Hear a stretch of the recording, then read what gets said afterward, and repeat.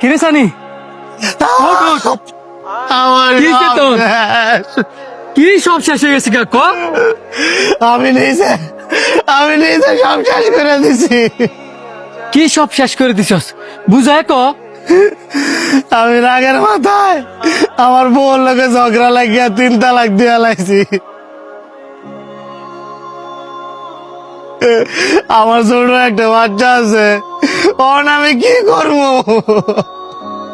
তালাক দিয়ে দিছস কোন সময়? এই মাত্র ফোনে। রাগের মাথায় ফোনে তালাক দিলাইছস? টেনশন করিস না, এই তালাক হইতো না। কি কস? ফোনে কবুল করলে যেমন বিয়া হয় এমন তালাক দিলে তালাক হয়। হ্যাঁ তালাক হইছে।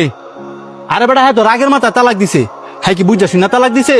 এমন রাগের মাথায় আমিও তো আমার বউরে কত তালাক দিছি, এই জন্য কি আমাদের ডিভোর্স হয়ে গেছে গা?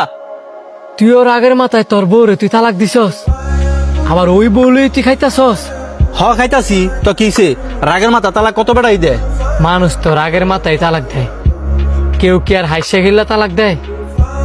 আরে তখন মতো তর্কাতর্কি বন্ধ কর, আমার একটু সমাধান দেস না।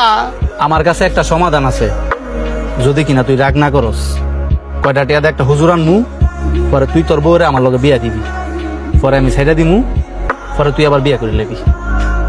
ঠিক কস, তাহলে সমাধান হয়ে যাবো গা? না, ইসলাম যেমন অনেক সহজ আবার অনেক কঠিন। বিয়া যদি এত সহজ হইতো, দৈনিক মানুষ বিয়া করলি, দৈনিক মানুষ ডিভোর্স দিলি, ডিভোর্স দিয়া এমন চুক্তি কইরা আবার বউরে বিয়া করলি। ইসলামের নিয়ম জানোস কি? একটা মেয়ে ডিভোর্স হওয়ার পরে 3 মাস তার সুখ পালন করতে হইব।